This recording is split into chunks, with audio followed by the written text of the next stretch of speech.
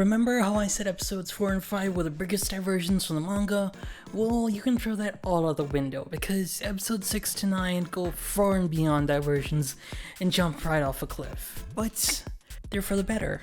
Let's start off with episode 6. Most of it stays the same except the way that they defeat the monster. This seems to be a recurring theme. I think this is to cut down the encounters between the monsters and Yaiba and adapt the fights into something a bit more animated. Because here, when Namekuji goes into his shell, Yaiba, instead of slicing through it, decides to cook him into escargot. This is definitely a change between the manga and the anime, and shows where the anime lies. This is where Bad Guy shows up. If you read the manga, you'd know him by a different name, which is Batman. You can surely guess why the name was changed to Bad Guy, most likely due to copyright and legal issues. But Bad Guy still retains his English vernacular, like calling Yaiba Hey, Samba boy! In the manga, the battle between Yaiba and Bad Guy ends up with Yaiba being defeated and being bitten by him. Yaiba then bites Kirizaemon and Musashi, and Sayaka is the only character who was not bitten. I think it's fair that Yaiba isn't bitten in the anime, because now he has to deal with his inadequacy of not being able to save his mentor and friends, instead of not remembering the whole ordeal. The only way they were able to reverse the werewolf curse was by biting Batman in the manga. The castle battle remains the same, with Sayaka getting the sword to Yaiba. This feels like a good character-centric scene for Sayaka, showing off her fearlessness instead of her being kidnapped again. And the episode ends with a cut arc about a food joint featuring Kumo Otoko from chapter number 37. Episode 7 opens up with a scene from 16 chapters ago, from chapter number 21, where Onimaru destroys the Tokyo Tower in the manga, but in the anime he destroys the Tokyo Skytree, with the added addition of news reporters. We then see Yaiba and the gang heading to Genryu Island, but in the manga they don't use a boat. Let me make sure I read this right.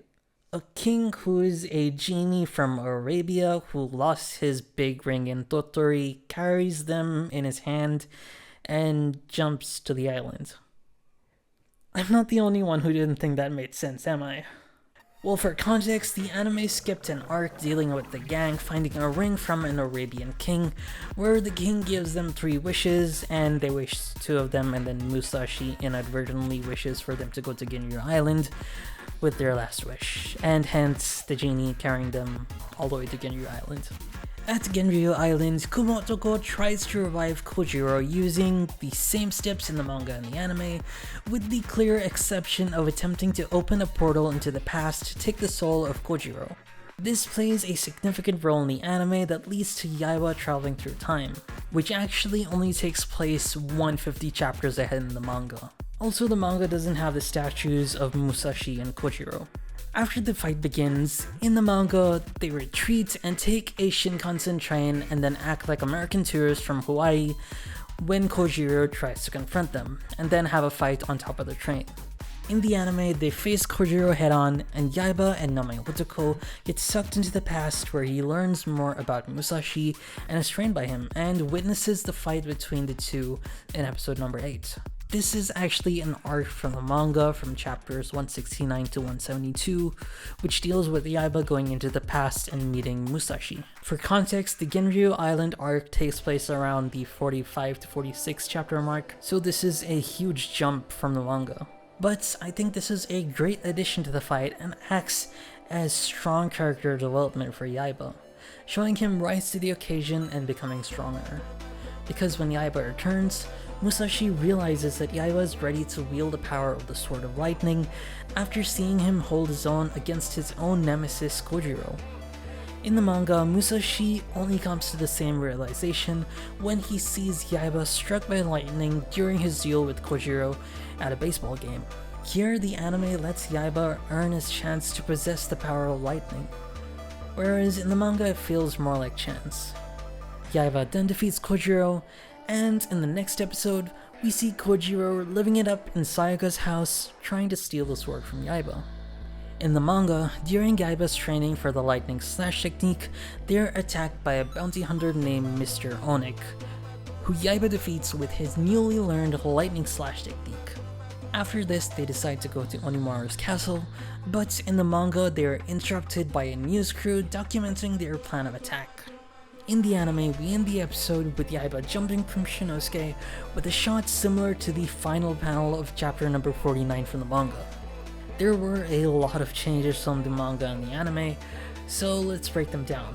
Most of the episodes covered 6 chapters from the manga, with episode 6 covering chapters 30 to 34, and then chapter 37. Episode 7 covers Ginryu Island and Yaiba traveling back in time, which covers 8 chapters, which are chapter number 21, chapter 39 to chapter 41, chapter 45, and then jumping all the way to chapter 169 to 171. By the way, I'm just reading the manga along with the anime, and only reached the Onimaru castle, so I just found out about the huge time skip in the manga, and that is crazy. And I'll try and fix the script up too, but I think the English fan translations of the manga only stop at like 165, so let's see what happens in the future, to be honest. Episode 8 covers Yaiba's return defeat of Kojiro, covering 6 chapters again, which are chapter 43, 45, 46, 171, 172, and then 177. And then finally, episode 9 covers Yaiba learning the lightning slash technique and preparing to attack Onimaru, which is again 6 chapters, which are chapters 42 and 43, and then 46 through 49. And there we go, that is the breakdown of these amazing episodes. There have been a lot of changes between these, but it has been a lot of fun, and the next episode might be the showdown with Yaiba and Onimaru. Who knows what's gonna happen? The anime keeps changing like every other episode, but I am really excited. It keeps you on your toes, you know? So I am having a lot of fun with this, and the next episode is gonna be really fun.